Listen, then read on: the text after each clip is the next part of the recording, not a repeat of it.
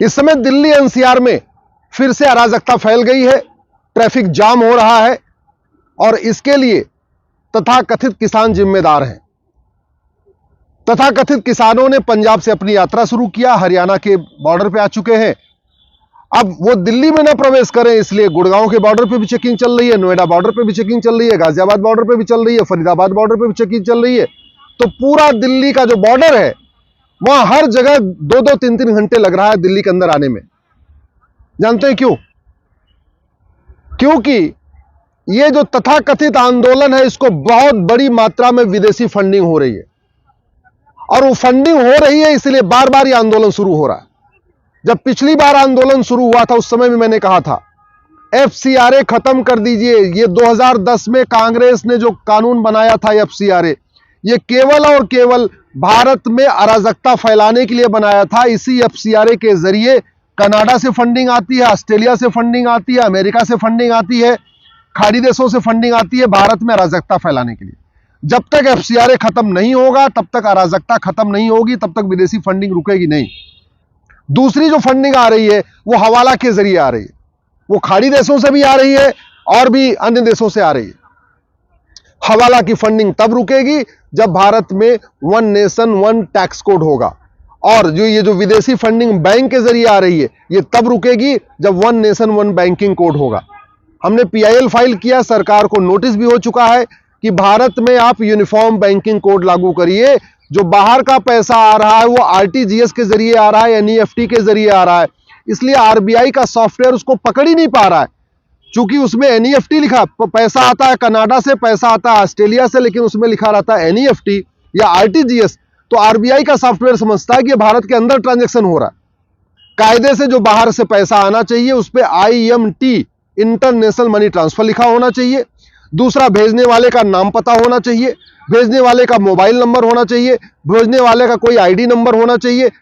अभी हो क्या रहा है, बाहर से जो पैसा आता है पहली बात तो उसमें IMT नहीं लिखा होता, इंटरनेशनल मनी ट्रांसफर नहीं लिखा होता। दूसरा, भेजने वाले का नाम पता भी नहीं होता, उसका कोई आईडी प्रूफ नहीं होता, उसका कोई मोबाइल नंबर नहीं होता। तो इसलिए सरकार को तत्काल यूनिफॉर्म बैंकिंग कोड लागू करना चाहिए। कोर्ट ने वित्त मंत्रालय को भी नोटिस जारी किया है, आरबीआई को भी नोटिस जारी किया है, लेकिन आज तक यूनिफॉर्म बैंकिंग कोड लागू नहीं किया गया। दूसरा, ये जो हवाला के जरिए पैसे आ रहा है, ये हवाला का पैसा तभी रुकेगा जब 100 रुपए से बड़ी नोट बंद होगी। मैं बार बार कह चुका हूं, जितनी बड़ी नोट होती है उतना ज्यादा हवाला होता है, जितनी बड़ी नोट होती है उतना ज्यादा कालाधन होता है, जितनी बड़ी नोट होती है उतना ज्यादा भ्रष्टाचार होता है। भारत में 100 रुपए से बड़े नोट की जरूरत ही नहीं है। सरकार खुद कह रही है कि 80% से ज्यादा 80% लोग पर डे 100 रुपए से कम खर्च करते हैं, और जो 20% भारतीय 100 रुपए से ज्यादा खर्च करते हैं पर डे, उनके पास एटीएम, पेटीएम, भीम, UPI, debit card, credit card सब कुछ है। फिर ये 100 रुपए से बड़ी नोट की जरूरत क्या है? 100 रुपए से बड़ी नोट बंद नहीं होगी तो हवाला बंद नहीं होगा, हवाला बंद नहीं होगा तो अराजकता बंद नहीं होगी। आज की डेट में इस समय भारत में 130 करोड़ आधार बन चुका है, 225 करोड़ बैंक के खाते हैं। गरीब से गरीब आदमी बैंक में खाता है। भाई 51 करोड़ तो जनधन खाते हैं।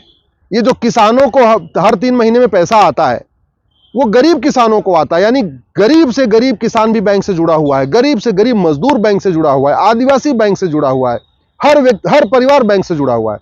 जब हर परिवार बैंक से जुड़ गया है तो 1000 रुपए से महंगे सामान का कैश लेन देन रोकने में क्या दिक्कत है?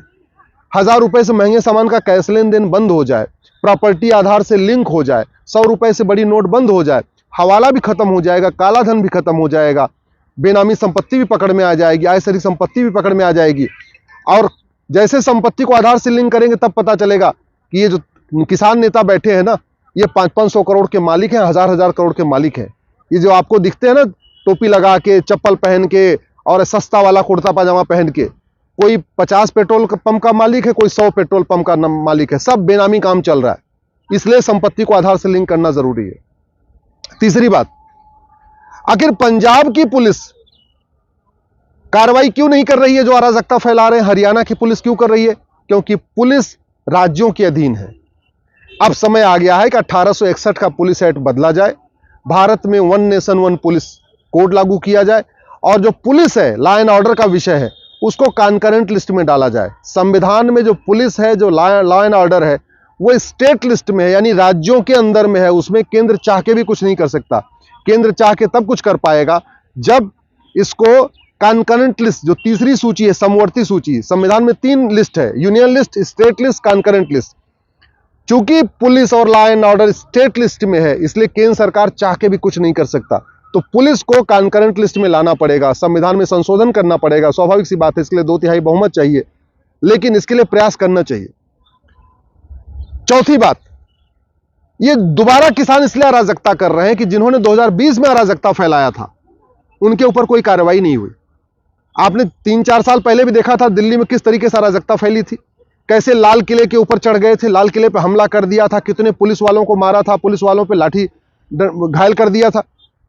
जिन लोगों ने जो 2020-21 में अराजकता फैलाई थी, अगर उनको सजा हो गई होती ना, तो दोबारा ये फिर से अराजकता फैलाने की हिम्मत नहीं पड़ती।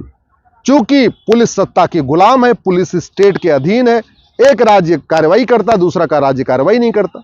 तीसरा, चौथा, जो जुडिशियल सिस्टम एकदम सड़ा हुआ है, न्यायिक व्यवस्था सड़ी हुई है, लोगों को सजा ही नहीं होती है। 20 साल, 30 साल, 40 साल मुकदमे चलते हैं। अगर जिन्होंने पिछली बार अराजकता फैलाई थी, अगर उनको साल भर के अंदर सजा हो गई होती, तो दोबारा बॉर्डर पे आने की किसी की हिम्मत नहीं पड़ती। दोबारा बॉर्डर पे आने की इसलिए हिम्मत पड़ी है, एक तो विदेशी फंडिंग हो रही है, एफसीआरए के जरिए फंडिंग भी हो रही है, हवाला के जरिए फंडिंग हो रही है, उनके एनजीओज को फंडिंग आ रही है, और जिन्होंने अराजकता फैलाई उनको सजा नहीं मिली। सजा जल्दी मिले, इसके लिए नार्को पॉलीग्राफ ब्रेन मैपिंग कानून बनाना पड़ेगा। मैं गारंटी के साथ कहता हूं, आप 4-5 किसान नेताओं को पकड़ के उनका नार्को टेस्ट कर लीजिए, पॉलीग्राफ कर लीजिए, ब्रेन मैपिंग कर लीजिए। बाकी तो छोड़िए, आप एक बार टिकैत को पकड़िए।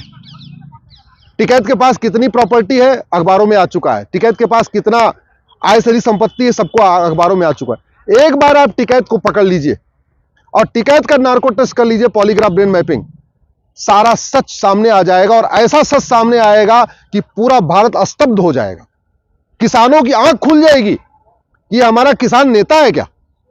इतना उनके अंदर काला सच छिपा हुआ है। एक बार आप टेस्ट करके देखिए तो, लेकिन टेस्ट तो तब कर पाएंगे ना जब आपके पास नार्को पॉलीग्राफ ब्रेन मैपिंग बनाने का कानून होगा। 1 घंटे में एफआईआर हो, 1 महीने के अंदर जांच पूरी हो, इसके लिए हमें पुलिस चार्टर लागू करना पड़ेगा। साल भर के अंदर मुकदमों का फैसला हो, इसके लिए हमें जुडिशियल चार्टर लागू करना पड़ेगा।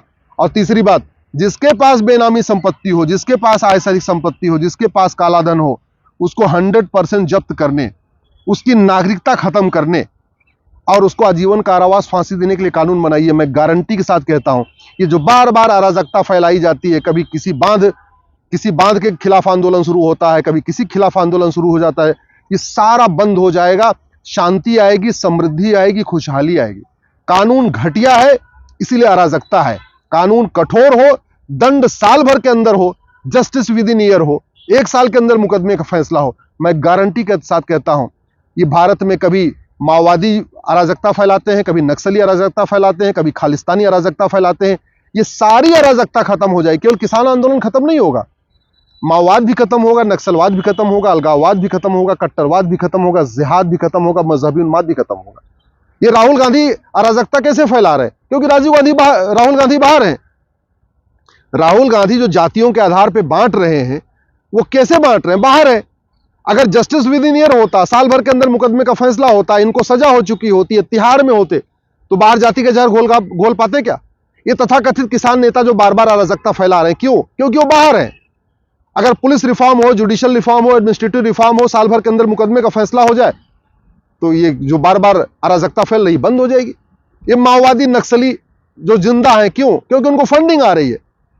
1 नेशन 1 टैक्स लागू हो, 1 नेशन 1 जुडिशियल कोड लागू हो और वो यूनिफॉर्म बैंकिंग कोड लागू हो, उनकी कमर टूट जाएगी, शांत हो जाएंगे। कोई ऐसी समस्या नहीं है जिसका इलाज कानून से नहीं हो सकता है। कानून जब तक नहीं बदलेगा तब तक अराजकता खत्म नहीं होगी।